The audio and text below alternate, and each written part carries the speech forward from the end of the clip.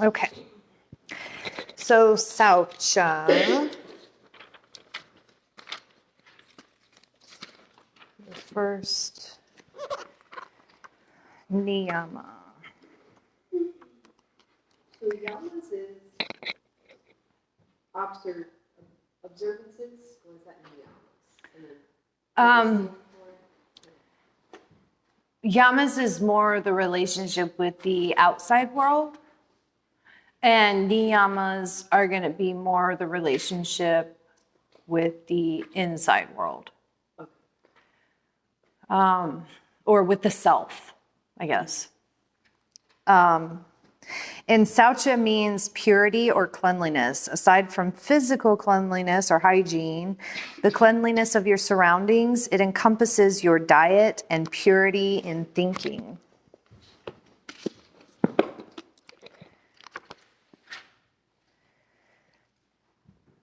Cleanliness of your physical body and surroundings, as mind and body influence each other. A healthy diet contributes to purity of mind. Purity in your home means not cluttering it with possessions. Cleanliness of living encompasses what you can say or what you say, read, and watch on TV, and whom you associate with. Yoga cleanses the body with postures and breathing techniques. Clearing the mind through observance of the yamas and niyamas and cleansing the spirit with meditation allows for clarity of thinking.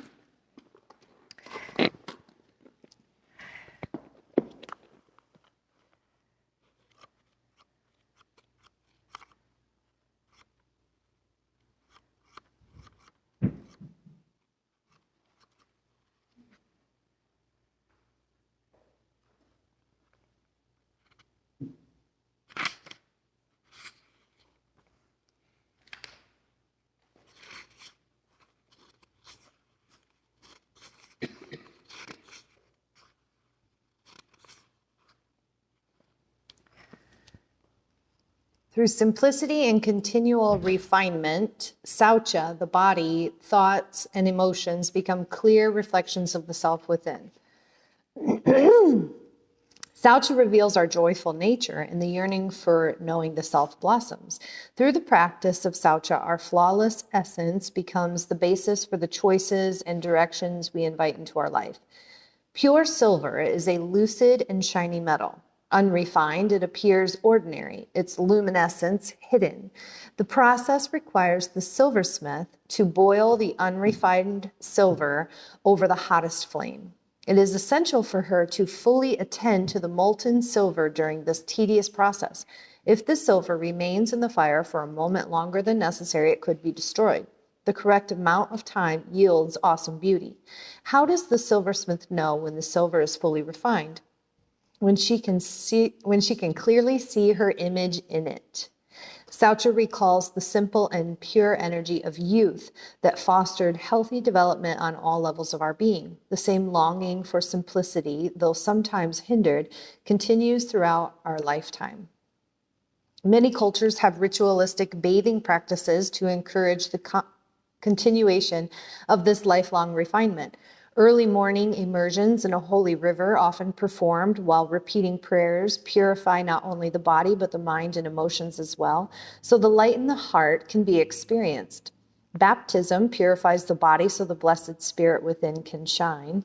On a less esoteric level, the enrichment gained by soaking in a natural hot spring, sauna, or steam bath continues to delight many throughout the ages. Women's bodies naturally cycle through their own unique phases: ovulation, menstruation, conception, pregnancy, childbirth, menopause. These dramatic sequences symbolize the highly sophisticated ways our bodies stay vital and healthy. Unable to understand the purpose for these cleansing cycles, male authority figures distorted them, marking women unclean and tainted during certain times of the month. Firm rules were established to keep us from contaminating men or sacred objects. Rituals were devised to purify and sanitize us before we could be accepted into the larger society again. Yet, was that not the job our bodies had just completed? The act of menstruating itself is purification. Driven by natural forces, we are different from men, not tarnished or unclean. All this ostracism, could have been avoided with the alluring knowledge that the only true purity is in each heart. We were framed by a misconception so great that even today women are thought to be unclean during these special times. Okay.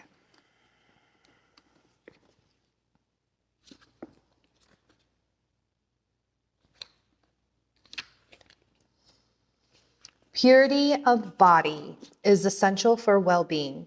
While good habits like bathing purify the body externally, asana and pranayama cleanse it internally. The practice of asanas tone the entire body and removes the toxins and impurities caused by overindulgence.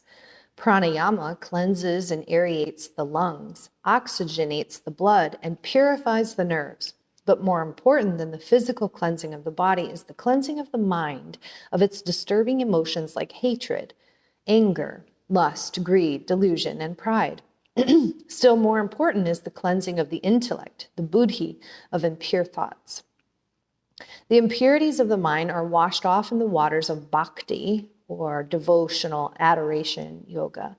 The impurities of the intellect or reason are burned off in the fire of svadhyaya, study of the self.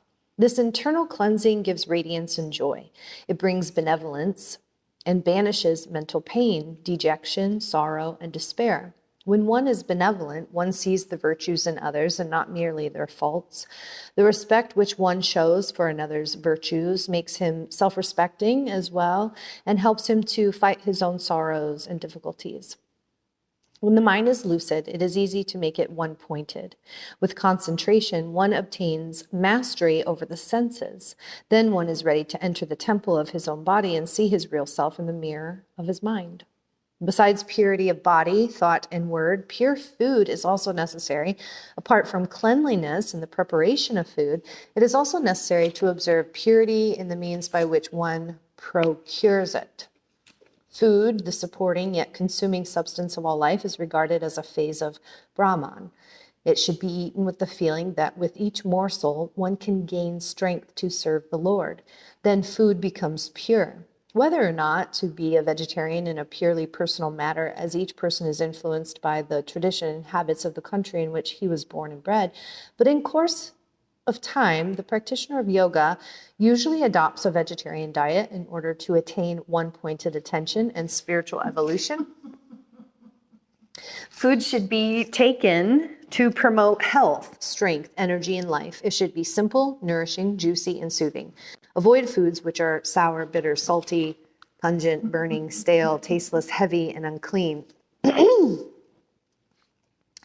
Character is molded by the type of food.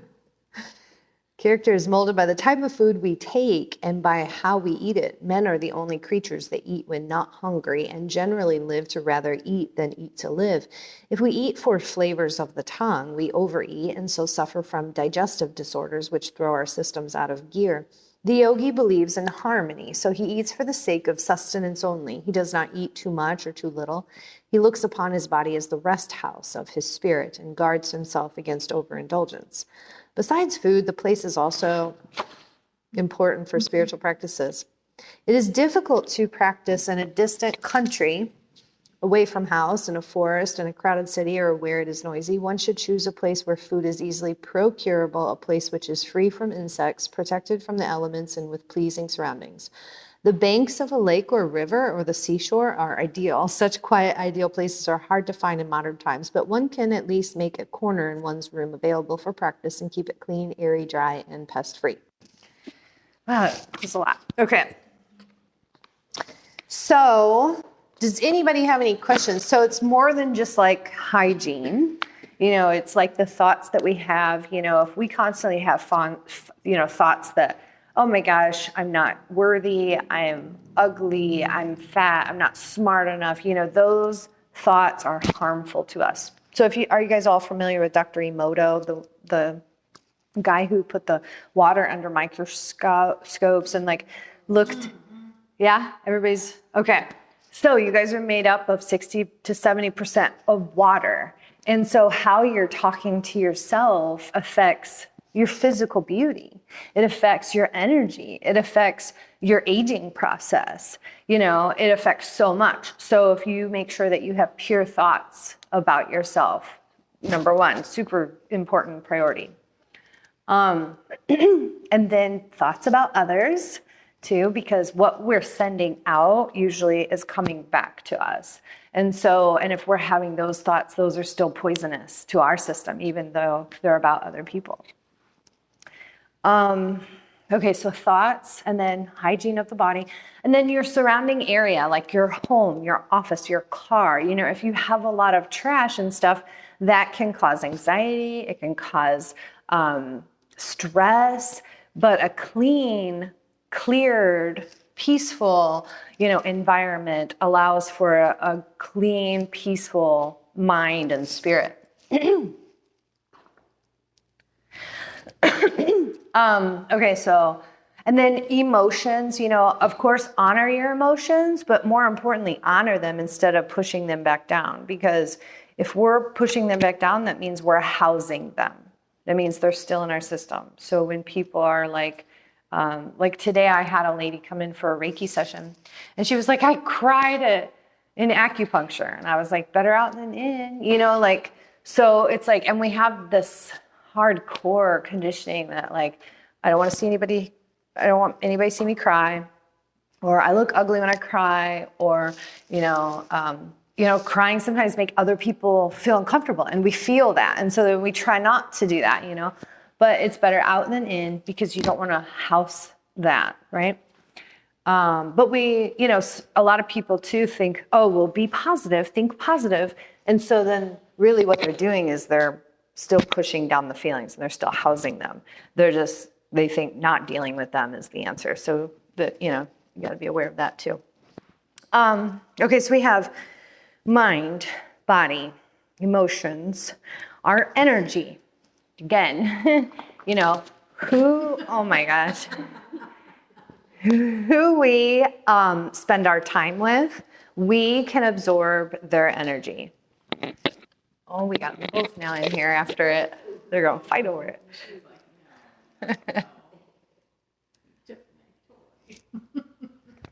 Here, Mishka, you can have this one. Now you both have one.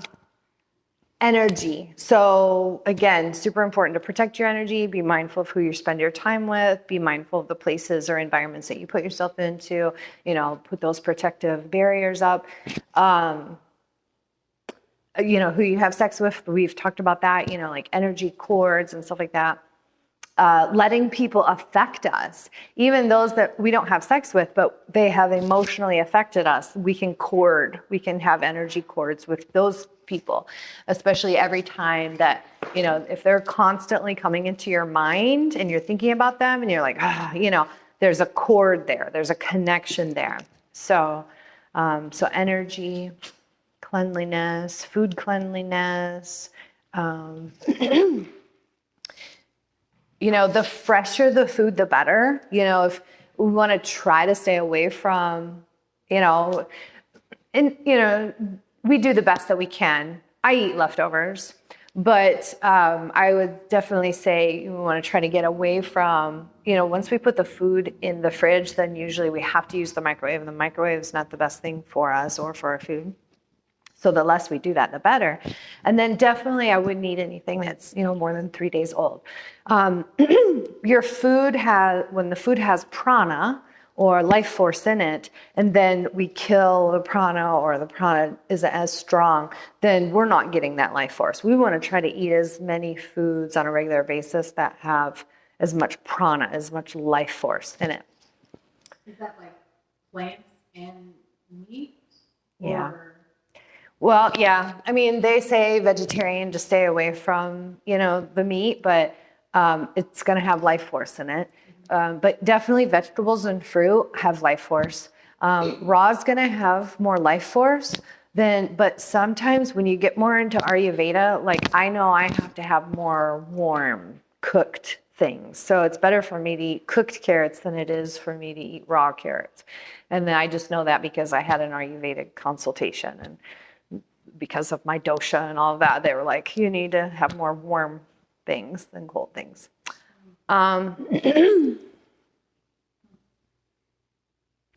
So do you guys have any questions before we go into the journaling questions on Saucha? You feel pretty good about the meaning of it? Okay.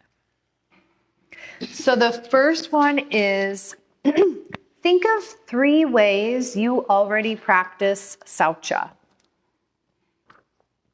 3 ways you already practice inner and outer cleanliness.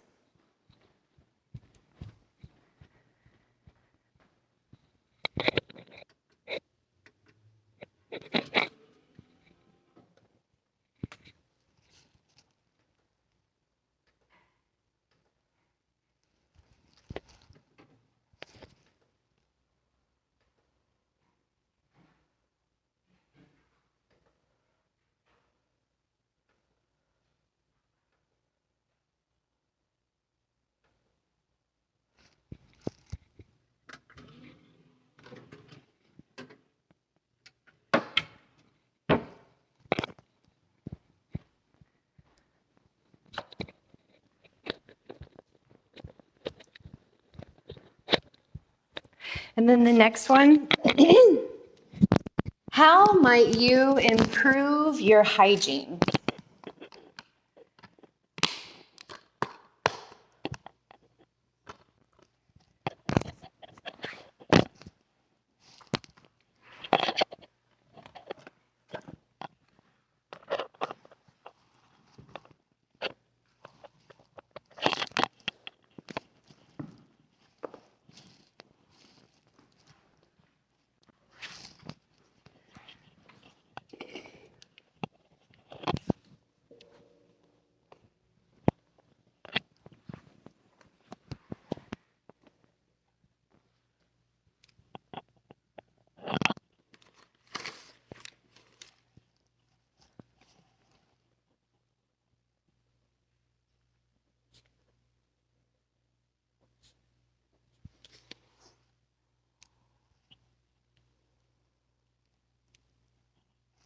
The next one is, in what ways can you purify your diet?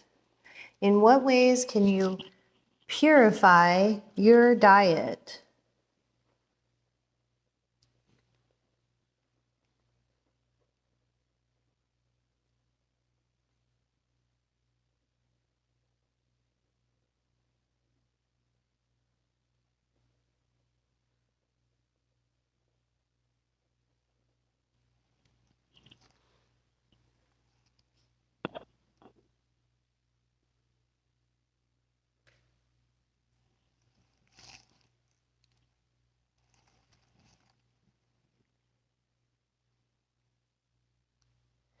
What is one habit that violates Saucha, and how might you create a plan to overcome it?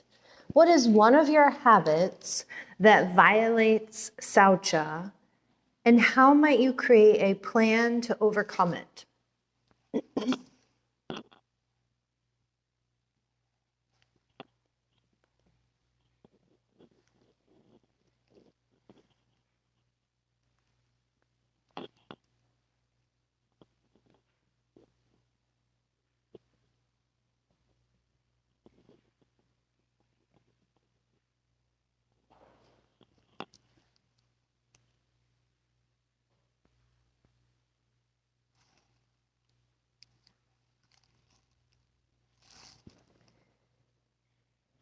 Take a moment to think about the condition of your car, your desk, your closets, and your home.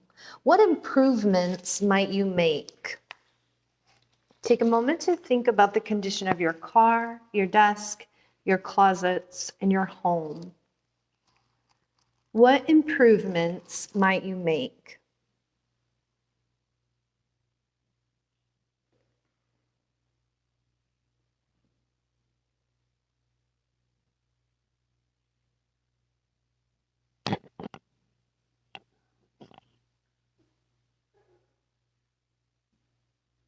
Sounds like a bird.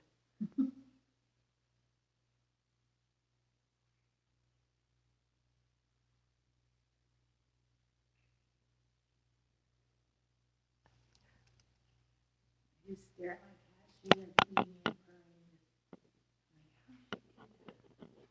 Eating and purring She, at the like, same time. yeah. She's just little, you know. Aww. And it's funny. She'll go downstairs. I have a bunny in the basement, and she goes down there and she'll like cry, and then like if I let her in there, she makes that sound like runs up to it. Aww. It's so funny. They're good friends. Kitty and a bunny. Yeah. He tries to like hump her though. Like they're The bunny tries to yeah. hump the kitty. I mean, that makes a lot of sense. What? The bunny's like, I'm the master. Yeah. I don't know if it's like just him trying to prove like dominant. Rabbits hump a lot, though. Yeah. Whoa. He'll do it to me too. Like he'll like sniff me all crazy. Bunny getting fresh with you. Okay, the next one is, what do you do to cleanse your body periodically? Health permitting, what is one commitment you can now make to cleanse? What do you do to cleanse your body periodically? Health permitting, what is one commitment you can now make to cleanse? So we will be doing our Ayurvedic cleanse in January. So that's one thing. Sometimes people do juice cleanses. Some people do intermittent fasting. There's a process, what is it called? Colonics. It's a gentle way to cleanse. I have a friend, he is all about doing enemas every morning. Like every morning. I'm like, Oh my. and so there's that. But he said now that he does that, he can't not do it because of the clean feeling that he has when he does Well, it. no, I think his body probably is addicted to that enema and can't. Maybe can't go regularly. On its own. That's why they say you don't ever use like the benefiber, those things, because your body will get addicted to it and it'll stop producing its own. Yeah. Yeah, I believe it 100%. What is your experience of fasting? Health permitting, could you make a plan to do a juice fast or a fruit fast? So that's another one too, where you eat nothing but fruit. That's a good one. I like that one better than the juice. I mean, I'll do juice too, but yeah, you get to choose something. Because after so many days, you're just like, I want to eat something. I remember last time I did a juice fast, I broke down and had a peanut butter jelly sandwich because I just wanted to choose something. But I've done intermittent fasting a lot where I just only eat between 12 and 6, and that's the only time I'm allowed to eat, you know.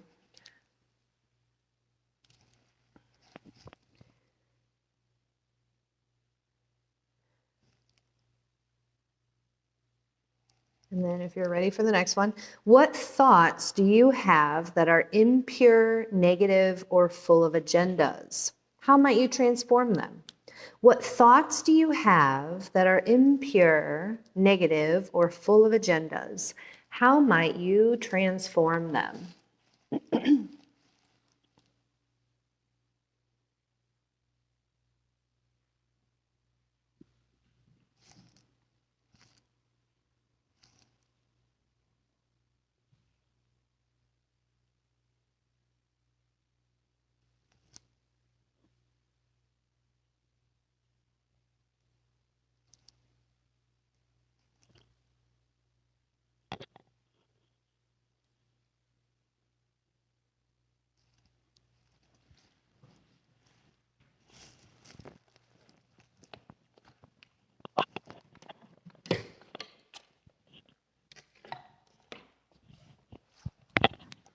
And then the last one is think of 3 ways you can deepen your practice of Saucha. 3 ways you can deepen your practice of Saucha.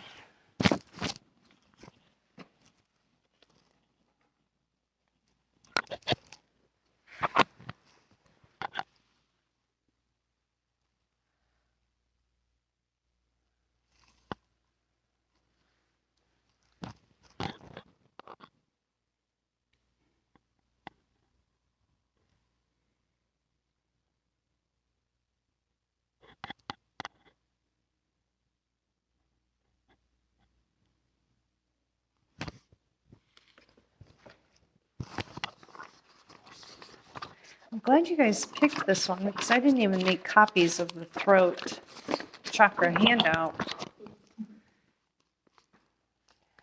And then for homework, you want to do your daily sadhana, your meditations on the mat 3 times a day, your yamas and niyamas, pages 104 to 115. It's the chapter on Saucha.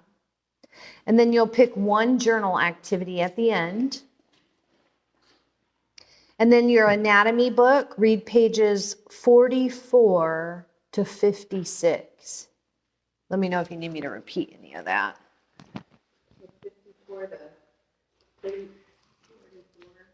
Anatomy book, 44 to 56.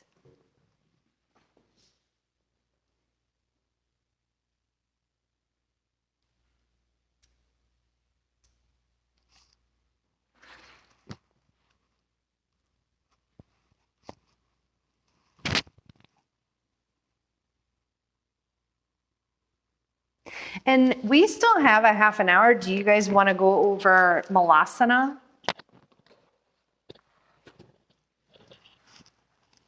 That's the next pose. What? Or sequence that. Yeah.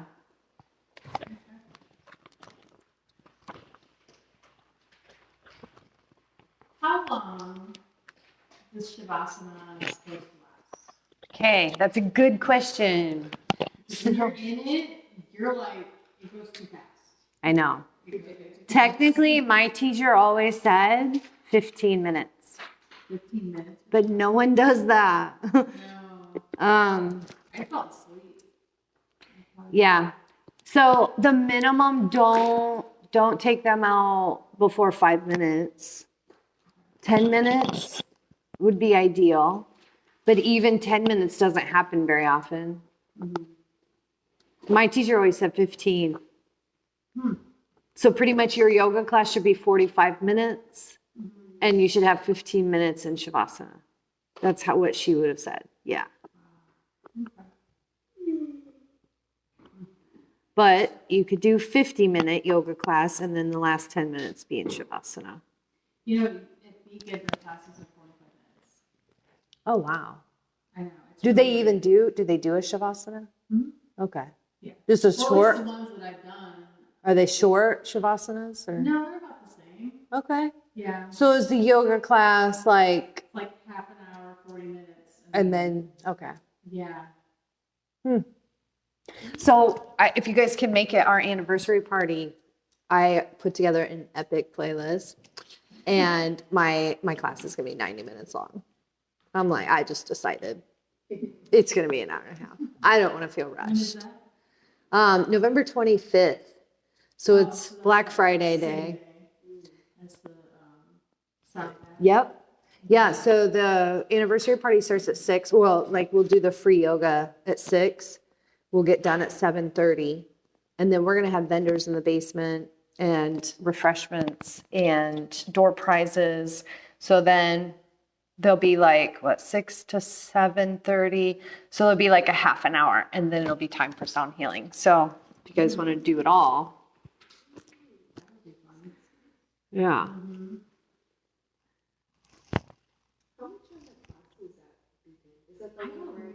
I don't know that you can pay for just the class. You have to have like a membership. I used to have a membership, I don't have one anymore.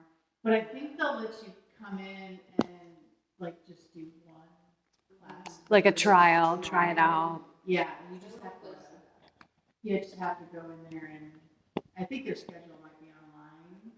I know when I went there was on Tuesdays and Thursdays it was vinyasa at 5:30, I think. And then on Wednesdays it was yin at 5:45.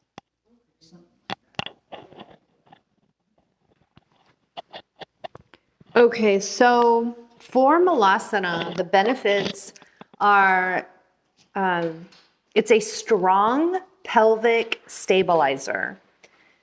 And Brian loves this pose. I swear he makes us do it every week.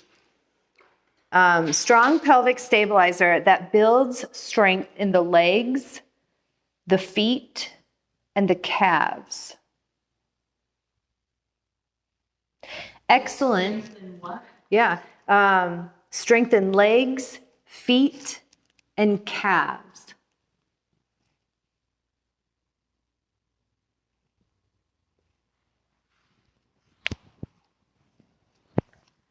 Excellent for low back pain.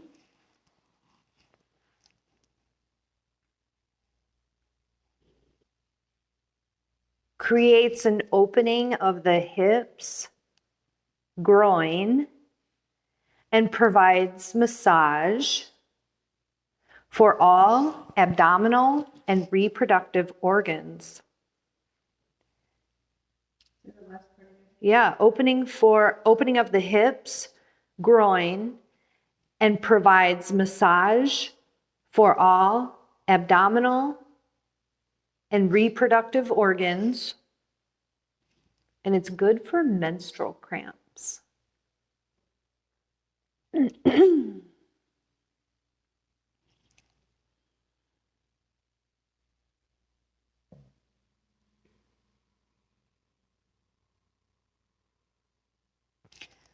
So contraindications would be those with low back pain or those with low back, knee, or hip pain should begin with modifications. So if they're complaining that their low back is really hurting or they're having issues with their knees or, hip pain, I would have them use the block underneath the seat. Have you guys seen that done?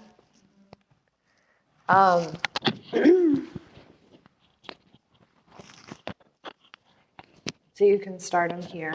Well, and sometimes they can't even get their elbows in there. So, just having them kind of walk this out and open up through here. They can rest their hands here. They can start to do this, and slowly get them in here.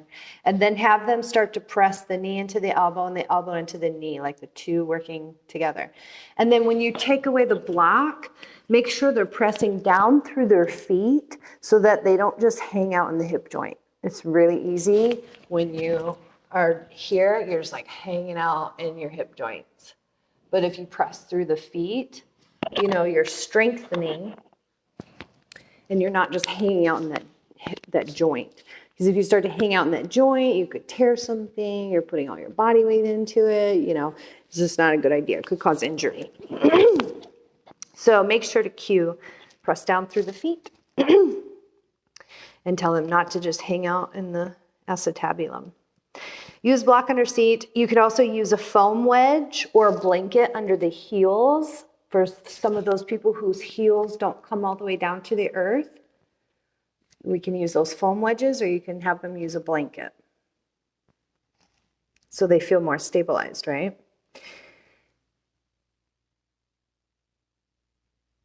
Now, for an adjustment, let's say they're here. You could come up behind them, as you've seen me do before, and just gently press your knees into their back and pull the shoulders back with the hands. So that would be the adjustment for Malasana. Malasana, yogi squat.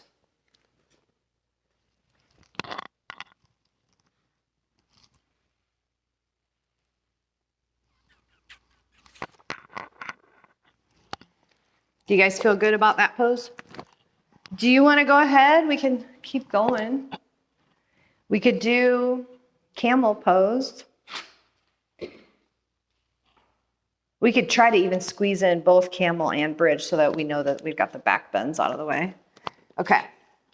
Ustrasana, camel pose. Benefits are, it opens the heart and thyroid. It opens the muscles of respiration for fuller breathing. It activates the immune system, especially the thymus gland. Repeat. It opens the muscles of respiration for fuller breathing.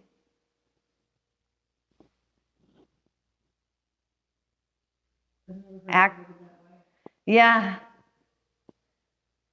Activates the immune system, especially the thymus gland.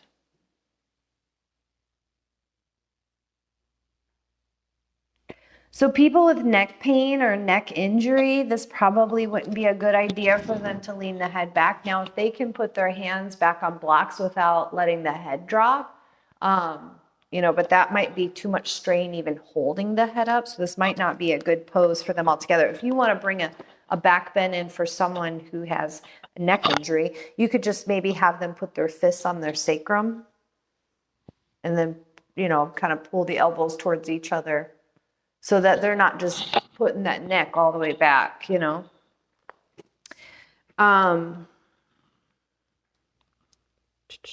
always say high blood pressure, but yoga has been proven to reverse heart disease and to regulate blood pressure. So I think they put that in there to kind of cover their own. But those with low back or knee pain should use modifications. So if they're having low back or knee, because you're on your knees. So maybe putting a blanket underneath the knees, using blocks on each side, on the, having one block on each side of the ankle, on the outside of the ankle. Instead of placing the hands on a block or going all the way back, you could always just have them put the fists on the sacrum or fingertips and palms on sacrum. Yeah, so it kind of looks like, so you could do, let's say you have them here, you put the blanket underneath the knees, then you could either have them put the fists or the palms on the sacrum like that. Can you see that okay? I'm going to show the people in the video too. So fists or the palms. And that might be their camel pose for that day. That could be, again, someone with neck pain. Just have them here. Or neck injury. Adjustments. So you could press in the middle of the back and hold the ribs. So let's say someone's in front of me in this camel pose, right? They have they're like this, the hands are back on the blocks or whatever. I might put one hand on the back and one hand on the ribs, just to provide some stabilization for them. You can put the hands on the back of their head so that they feel some support there.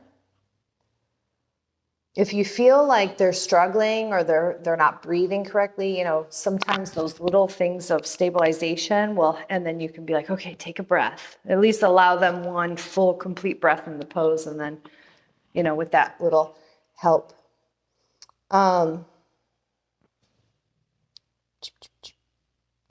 One hand on back and the other hand on ribs, you might say inhale and rise. You might help them to come out of it, because remember, most injuries happen coming out of poses. So if you see someone straining, you might put the hand there and the hands on the rib and just be like, empty out the breath. Now inhale, rise, helping them. You could put a hand on the chest and say, breathe into my hand. If you see that they're not really fully breathing, to try to encourage and cue that breath. And that is camel pose. Anybody have any questions on that one? Setu Bandhasana, bridge pose. The benefits are it strengthens the back, it strengthens the buttocks, the legs, and the ankles. It opens the chest and the hips. It's great for the solar plexus. Okay. Okay, strengthens the back, buttocks, legs, and ankles. Opens the chest and hips.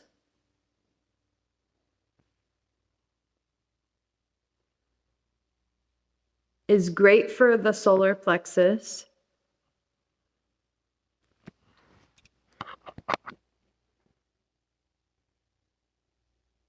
It massages the kidneys, thyroid, and adrenal glands.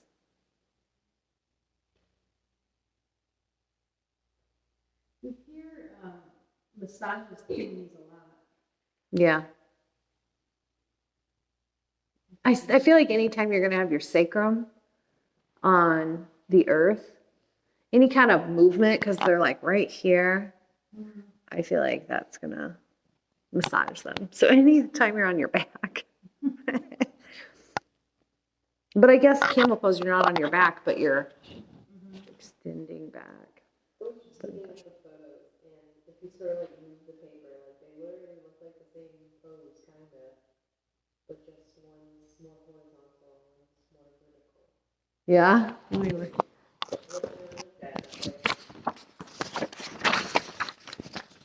Bridge and camel, yeah. I can see that.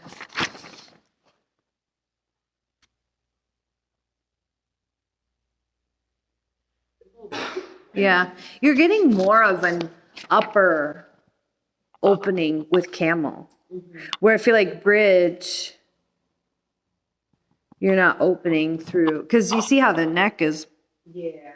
where in camel you're really, I don't know. I feel like camel's more intense. I always have a hard time getting out of camel. Maybe I've been doing that one thing that you did that one day. The side.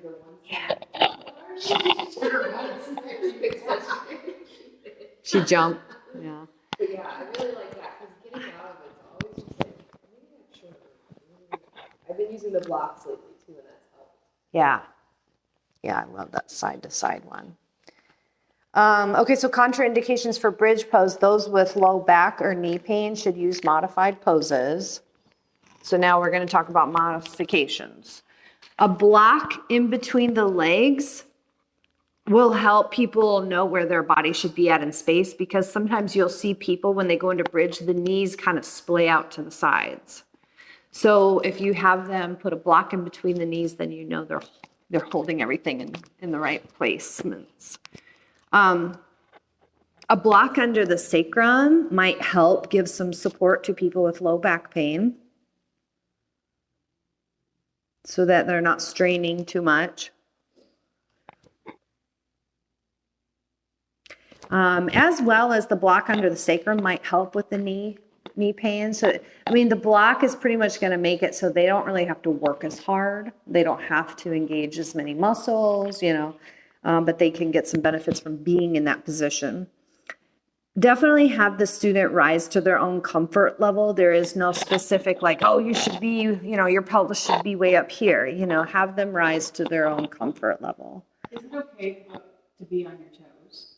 Yes. That feels good to me. Yeah. So I always do it. Yeah. You can even practice extending one leg up in the air.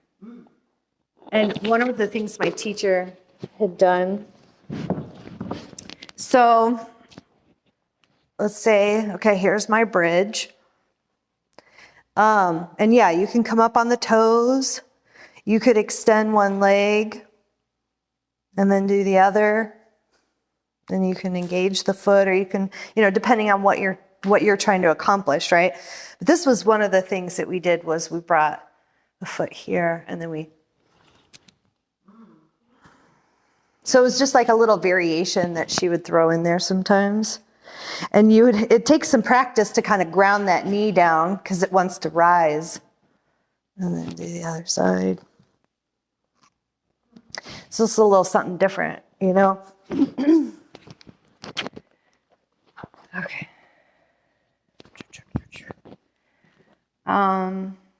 Adjustments.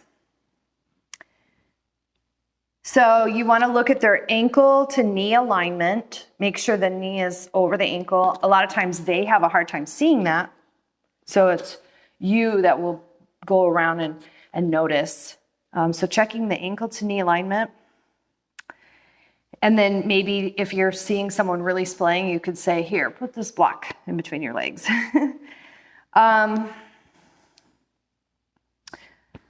So clasping the hands together and then using the elbows to hug their knees. And you can say, hug their knees in and up, and then just say, resist against me. So then they're using the muscles to strengthen. You're like, what? Would anyone want to be my model? I could show you guys. Or I could be the model and you guys could try it on me. Yeah? Okay. So I'm going to have you lay with your feet this way towards me. And then come into bridge pose.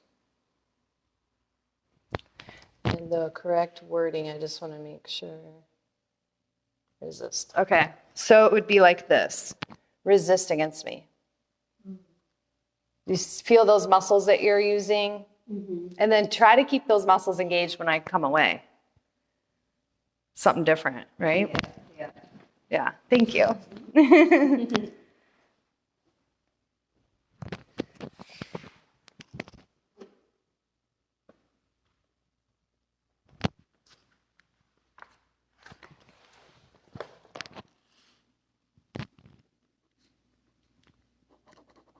So we got through the back bends. So we'll start on the twists next week. We'll do our chant, and then we'll go. Does anybody have any questions?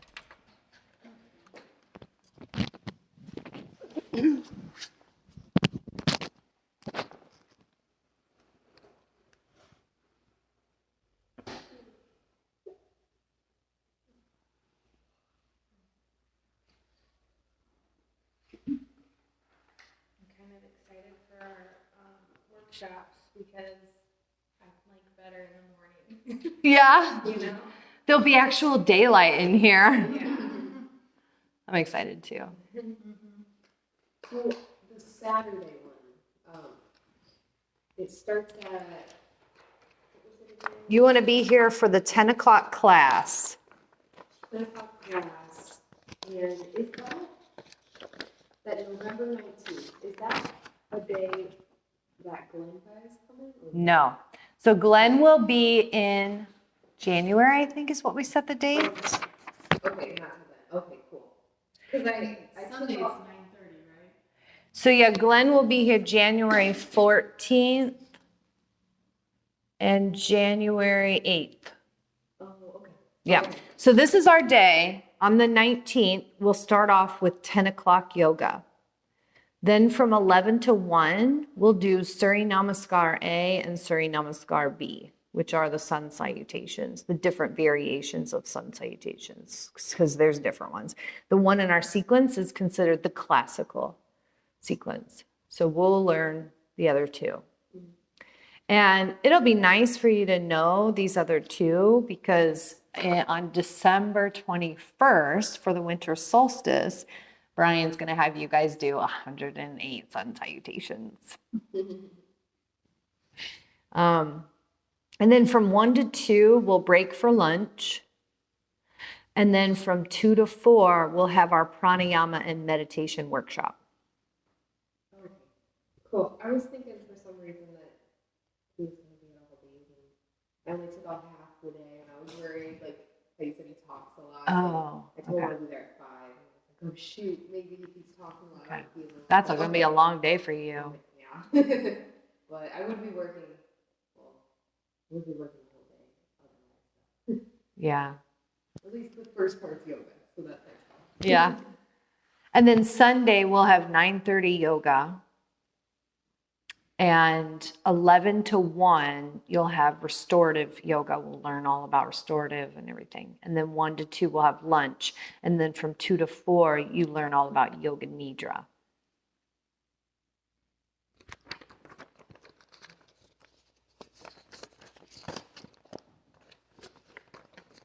Okay. Do you guys have any other questions?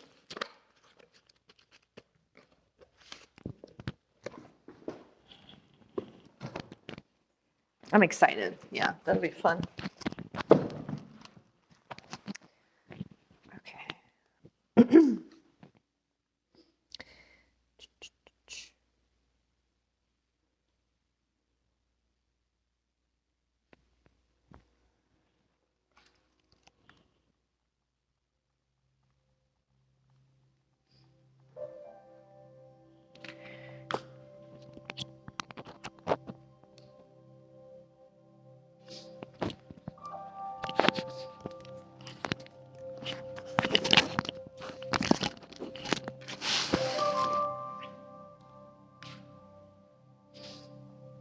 Om Namah Shivaya Gurave Satchidananda Murtaye Nishprapanchaya Shantaya Niralambaya Tejase.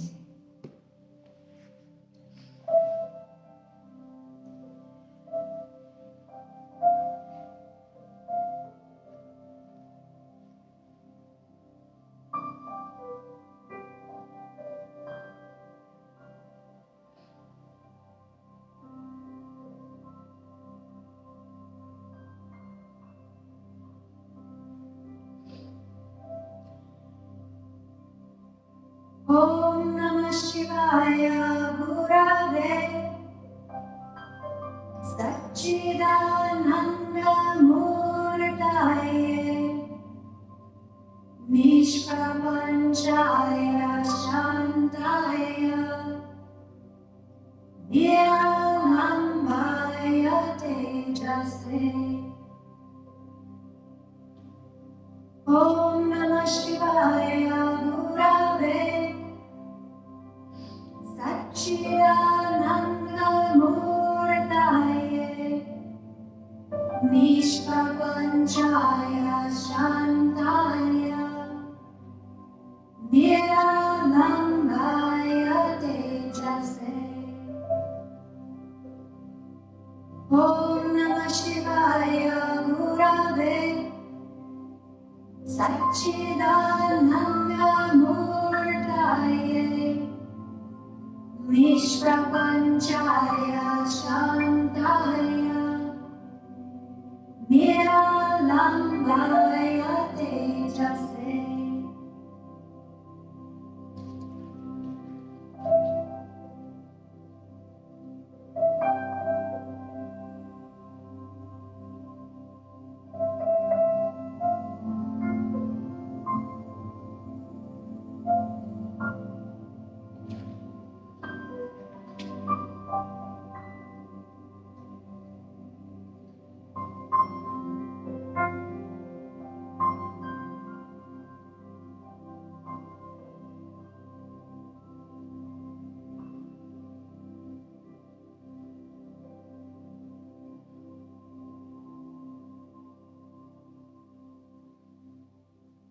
Namaste.